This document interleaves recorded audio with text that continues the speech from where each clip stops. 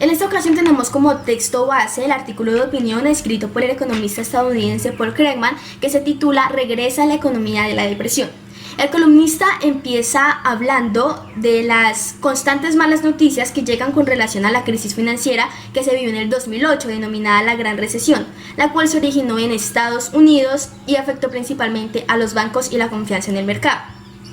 Dice también que a pesar de la fuerte crisis no tendría la misma repercusión que la Gran Depresión, debido a que después de la Gran Depresión en 1982 se registró el mayor índice de desempleo, que fue del 10,7%, que fue la Gran Depresión. La Gran Depresión fue una crisis económica que se vivió también en todo el mundo y se originó en Estados Unidos en 1929 y se extendió durante la década de 1930. Se dio porque las personas comenzaron a retirar sus ahorros de los bancos, perdiendo estos las ganancias de los intereses y dejando en quiebra algunas entidades bancarias. La Gran Depresión se pudo recuperar cuando inició la Segunda Guerra Mundial en 1939 y Estados Unidos se convirtió en el mayor proveedor armamentístico, lo que le permitió recuperar su economía. Pero no podemos entender estos sucesos sin tener claro las definiciones de recesión y depresión. Estos dos términos hacen parte del ciclo económico.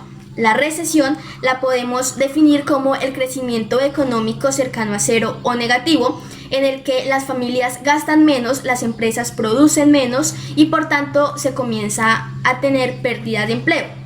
Cuando esta situación continúa y no se puede alivianar es cuando se llega a la depresión. La depresión se puede describir como una crisis económica que consiste en la disminución sostenida de producción y consumo y va acompañada del desempleo, la quiebra de empresas, la disminución de la producción y el menor consumo e inversión. Otros especialistas la denominan como la caída del Producto Interno Bruto del 10% o más. ¿Qué es lo que tienen en relación la Gran Recesión y la Gran Depresión? El columnista menciona que muchas de las cosas que se vivieron y que tienen en común es que el gobierno y los bancos no tienen cómo enfrentar. Un ejemplo de esto fue la capacidad de la Reserva Federal. Recordemos que el sistema de la Reserva Federal es el Banco Central de Estados Unidos y tiene como función hacer frente a los pánicos bancarios y mantener la estabilidad del sistema financiero. Cuando llega la Gran Depresión, las herramientas y las políticas económicas no tienen la capacidad para hacer frente a ello. Y las reglas usuales de política económica, que son la virtud, la cautela y la prudencia, se convierten muchas veces en riesgo y en vicios, permitiendo que las crisis puedan aumentar. Una recesión significa el decrecimiento de la actividad económica, en la cual disminuye el consumo, la inversión y se incrementa el desempleo. Se considera que existe recesión cuando la tasa de variación del PIB, Producto Interno Bruto, es negativa durante 2 trimestres consecutivos. Cuando esta es intensa y prolongada en el tiempo, se le denomina depresión económica. Y esto provoca que se despidan trabajadores y, como se decía anteriormente, se incremente el desempleo.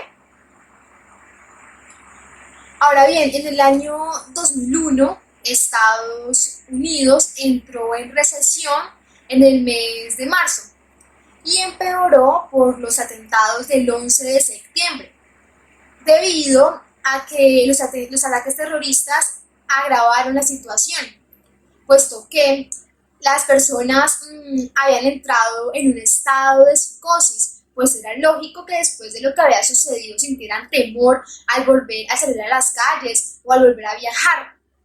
Entonces, esto hizo que el sector aéreo fuera el más perjudicado, pues se redujo los vuelos comerciales. Aunque las recesiones de esos años, 2001, 1990 y 1991, terminaron siendo relativamente ligeras según estándares históricos, aunque en cada caso el mercado laboral tardó en recuperarse como era de esperarse. También en la lectura se habla del seguro del desempleo, que generalmente es parte de la estructura general de la seguridad social y se considera uno de los reguladores automáticos de la economía, resaltando que se deben seguir unos requisitos para obtener los beneficios del mismo. En la actualidad, con la llegada del COVID-19, se ha puesto en peligro la economía mundial y las empresas se están enfrentando a pérdidas catastróficas e incluso se podría esperar que al final de esta pandemia el desempleo siga incrementándose. Por ejemplo, como vemos actualmente en el turismo, como lo dice el secretario general de la Organización Mundial del Turismo, esto se ha visto afectado e incluso también decenas de personas en Estados Unidos han tenido que inscribirse en la lista de desempleados pues debido a esta terrible pandemia. La burbuja inmobiliaria y de crédito en Estados Unidos, junto con la creación de instrumentos financieros de alto riesgo, estalló en 2008, siendo catalogada como una de las 4 grandes crisis económicas. De esta crisis hablaba Paul Krugman en su artículo de opinión.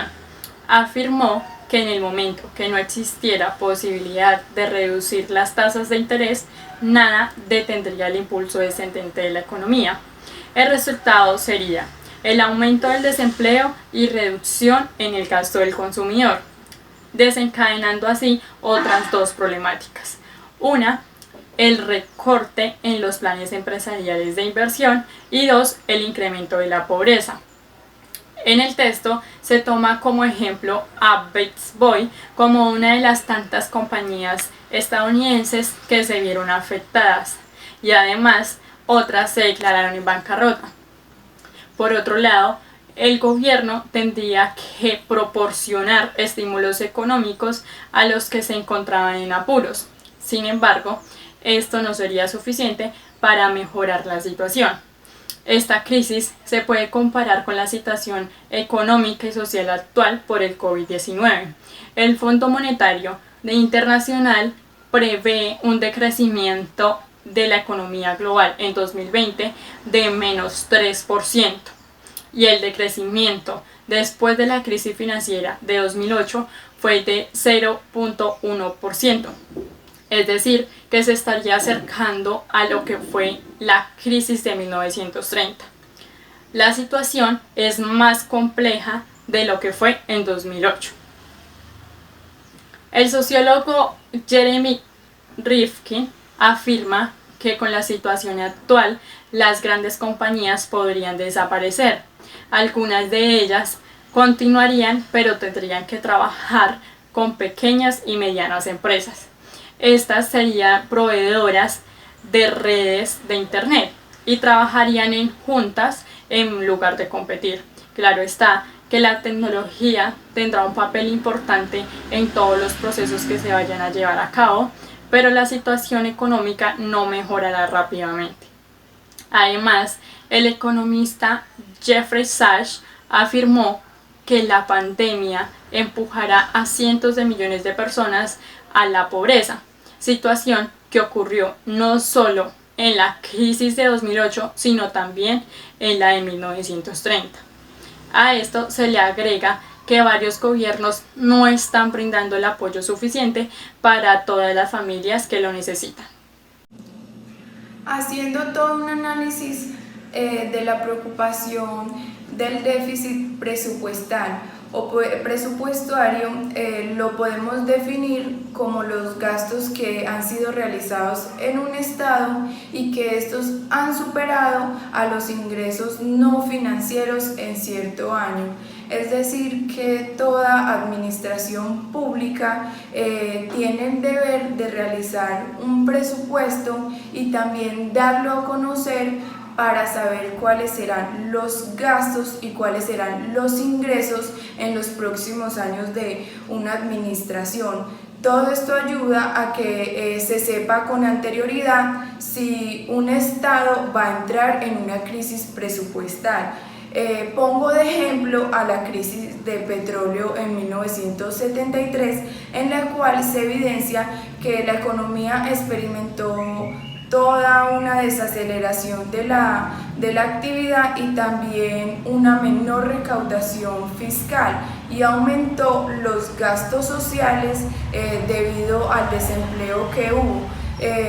También aumentó el endeudamiento público y produjo un incremento de tipos de intereses y llegó a una incidencia de la inflación sobre el gasto público.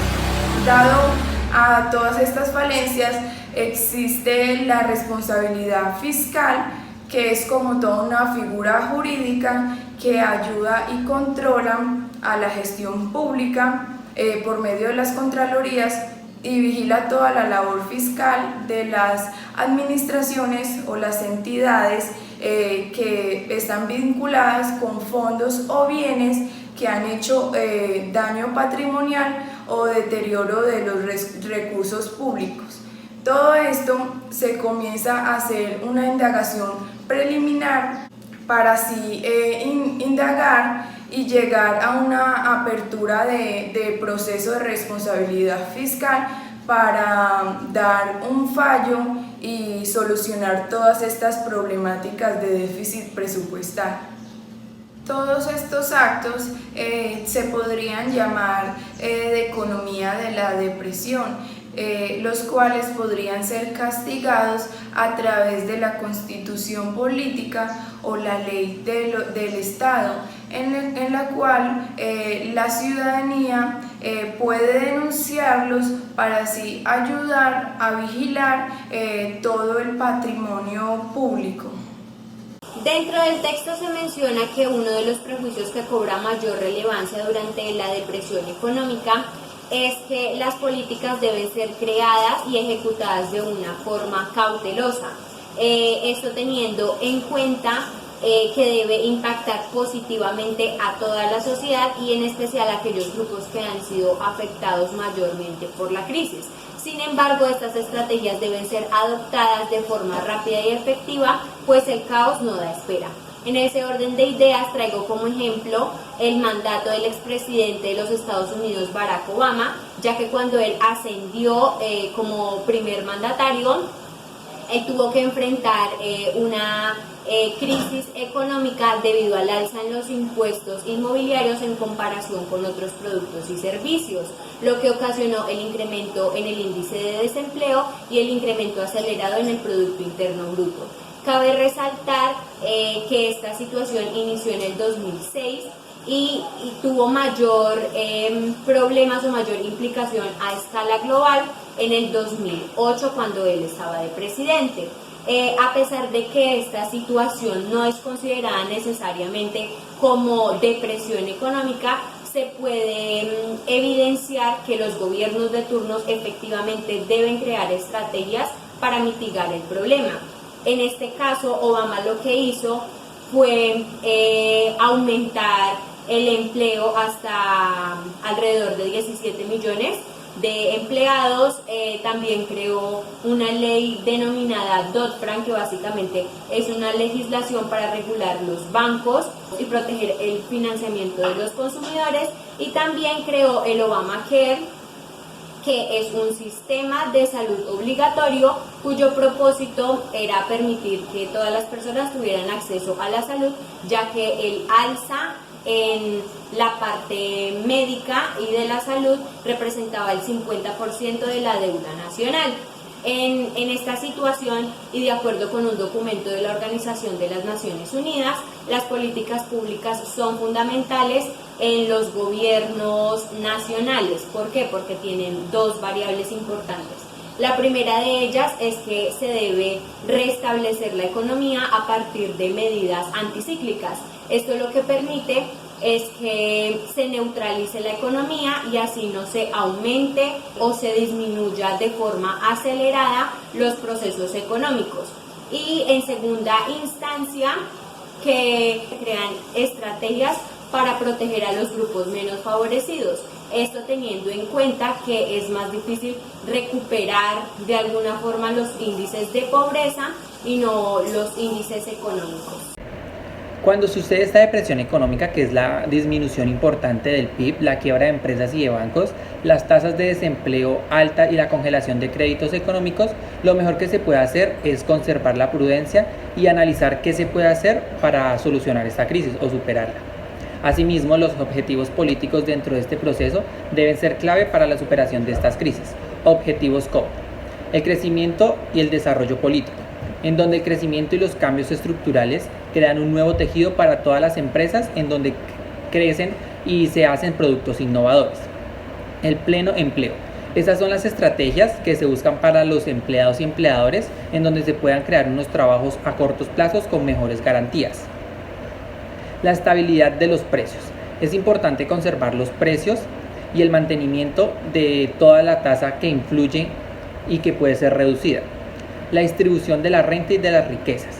También se busca una reducción progresiva de los diferentes niveles de ingresos personales y la concentración de la riqueza que es pública. Asimismo, se busca un equilibrio en la balanza de todos los pagos, en donde el déficit del exterior se pueda pagar a medio plazo o a largo plazo para reservar las divisas. Por otro lado, también se habla de un reconocimiento de la política económica y unas de las principales son la política fiscal y la política monetaria. Ahora bien, los desastres económicos se unen con los fenómenos naturales en donde un terremoto o un tsunami ocasiona grandes daños en el terreno. Cuando se genera un gran daño en el terreno, se genera un gran daño en la economía porque se debe suplir todo esto. En este caso, y un gran ejemplo, es la pandemia que está azotando a todo el mundo. Se ha visto cómo todos los países tienen diferentes problemáticas económicas, políticas y sociales. También es importante hablar de la inflación económica y del aumento de precios y de bienes que se viene en este periodo de tiempo. O también vendría siendo la disminución de valor de algunos elementos. Desde luego, esta inflación es importante mundialmente en la economía porque cuando se supera se puede hablar de una hiperinflación, que es cuando está al tope y se deben buscar muchas más estrategias para poderla nivelar.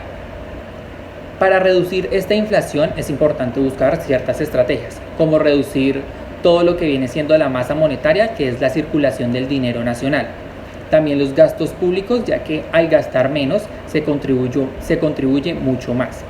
Y igualmente buscar una reforma tributaria o no implementar una nueva, debido a que puede generar una inflación mucho más grande y volverla una hiperinflación. Igualmente se habla de lo que es el Banco de la Reserva, que es la Reserva Federal, más conocida como la Fed, que es el Banco de los Estados Unidos, que tienen el control de la mayoría de bancos, ya que es público y privado, y maneja una parte de América Latina. Ya en la última parte se menciona que Obama recibirá a un país con una situación económica bastante crítica y se pronostica además que el índice de desempleo podría llegar a aumentar hasta en un 8.5%. Ahora bien, es preciso echarle un vistazo a lo que fue la presidencia de Barack Obama. Son varios los puntos a destacar. El primero, durante los años 2014 y 2015 se vio una mejora en la generación de empleo que no se veía desde 1990, pues en 2014 se generaron 250.000 empleos por mes y en el 2015 se generaron 227.000 empleos por mes respectivamente.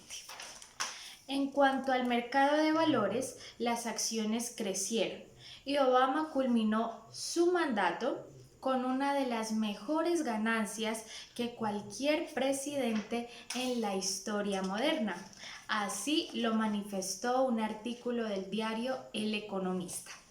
Por otro lado, aunque la deuda nacional aumentó durante su mandato, cuando el gobierno federal gastó dinero para tratar de reconstruir la economía estadounidense tras la Gran Recesión, al final del periodo presidencial de Obama, el déficit anual disminuyó considerablemente.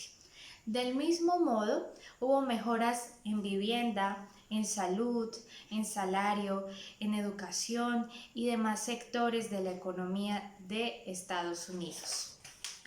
Cabe resaltar además que al culminar su mandato, Obama logró generar 11.3 millones de empleos, mejorando así la economía de Estados Unidos. Esto lo dice en el artículo de CNN en español del 2017. Esto muestra que a pesar de que Obama llegó a la Casa Blanca durante las profundidades de la Gran Recesión en 2009, cuando Estados Unidos estaba perdiendo cerca de 800.000 empleos por mes y era el peor escenario económico que este país estaba enfrentando desde la Gran Depresión de 1930, fue una presidencia que logró estabilizar a la potencia norteamericana y además de esto le entregó a Trump, el siguiente presidente de este país, un país, valga la redundancia, con unas bases sólidas en el sector económico.